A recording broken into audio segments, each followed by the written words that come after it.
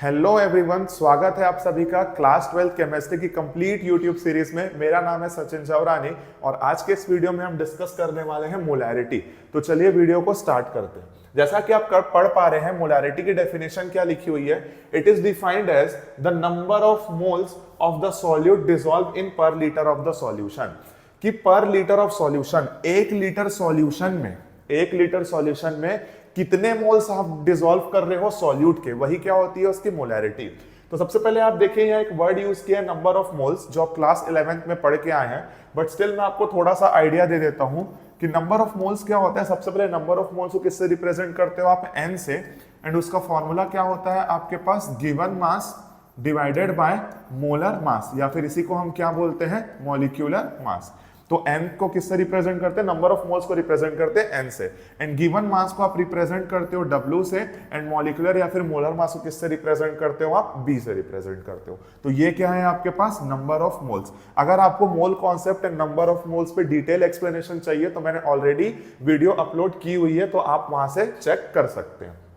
तो आप अब पढ़िए डेफिनेशन। जैसे n का मतलब पता चल गया क्या है, W upon m given mass upon molar mass. तो अब देखिए डेफिनेशन को फील करते हैं। मोलैरिटी क्या है इसको फील करते हैं with the help of example. मान के चलिए आप लैब में बैठे हैं, आप लैब में आपका ये जो बीकर है, लेट सपोज करो आपके पास 5 लीटर का है, जो भी आपके पास ये कंटेनर है, जो 5 लीटर का कंटेनर है, तो इस पे हम मार्किंग करते हैं। तो ये आपके पास 1 लीटर, ये 2, ये 3, सिमिलरली ये आपके पास क्या है 4 लीटर।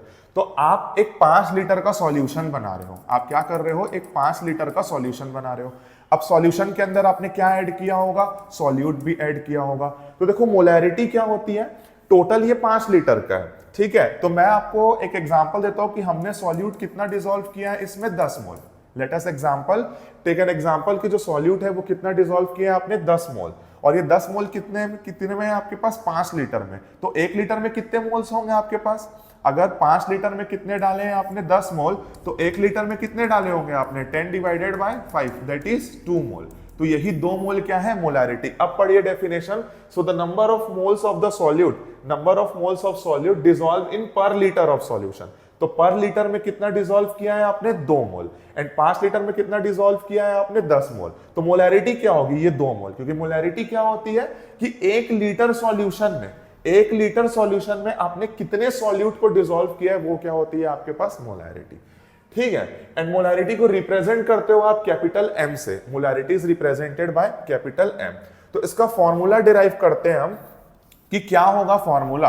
अगर आप इसको मैथमेटिक टर्म्स में लिखना चाहोगे तो मोलैरिटी का फॉर्मूला क्या होता है, देखिए। सबसे पहले आप मोलैरिटी को किससे रिप्रेजेंट करते हो, कैपिटल M से। एंड फॉर्मूला क्या लिखा हो, डेफिनेशन क्या है, number of moles of the solute. तो ऊपर क्या आएगा आपके पास, number of moles of solute, और किसमें डिसॉल्व कर रहे हो आप, पर लीटर ऑफ सॉल्यूशन। तो लीटर किसकी क्वांटिटी होती है आपके पास, वॉल्यूम की, एंड किसका, सॉल्यूशन का। तो नीचे क्या आएगा आपका, वॉल्यूम ऑफ सॉल्यूशन, एंड वो सॉल्यूशन किसमें होना चाहिए आपके पास, लीटर में। तो आप क्या लिखोगे, सॉल्यूशन किसमें होना चाहिए आपके पास, लीटर में।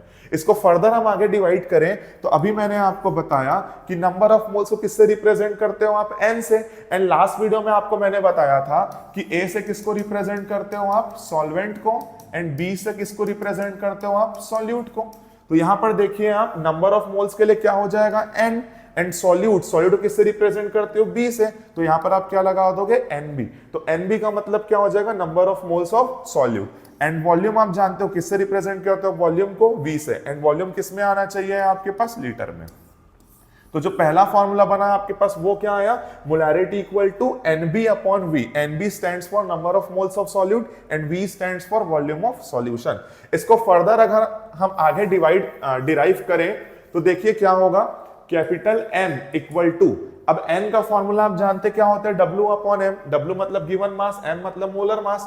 तो NB का फॉर्मूला क्या होगा, यहां भी B लगा दीजिए, यहां भी B लगा दीजिए। अब WB क्या हो जाएगा, given mass of solute, and MB क्या हो जाएगा, molar mass of solute, and NB क्या हो जाएगा, number of moles of solute. तो इस NB की वैल्यू यहां पुट कर सकते हैं। तो कैपिटल M किसके इक्वल होगा, NB की जगह आप पुट करिए WB अपॉन MB।